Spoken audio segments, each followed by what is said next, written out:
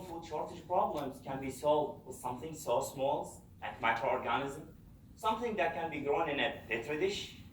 As a graduate student in plant and soil science, it is my job to find out. Food security is a major concern for today's society, and it is estimated that we may not be able to produce enough food to support the next generation. One way that we can increase food production is through the use of fertilizer to increase plant productivity. Chemical fertilizers are one of the most important tools in modern agriculture. They are used to promote plant growth and are critical to maximizing food production. But excessive and indiscriminate use of these agrochemicals result in the contamination of our food and the environment. We must find a better way of improving crop yields. There has been increasing interest in microorganisms in recent years, and we are gradually learning how much our bodies depend on them and how critical they are for the proper functioning of the entire ecosystem. Just like humans, plants depend on microorganisms that live endophytically, that is inside or within their tissue.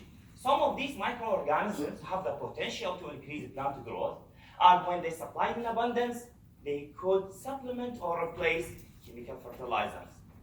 In order to investigate this hypothesis, we isolated bacteria from a plant and then we cultured them in our lab. They were then used to inoculate seeds prior to germination. By inoculating seeds in this way, the abundance of beneficial bacteria in the soil around the roots of the plant is increased, and the effects of the inoculation were measured at the specific time intervals. I determined that a group of bacterial strains promote plant growth, specifically increase plant height, shoot biomass, root biomass, and nutrient uptake. However, identifying the bacterial strain is just the first step. I'm now trying to investigate the mechanism behind this effect.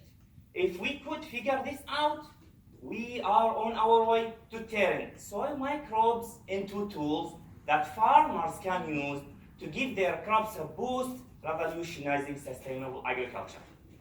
It is my hope that this research will lead to the discovery of the mechanism by which these microorganisms interact with the host plant.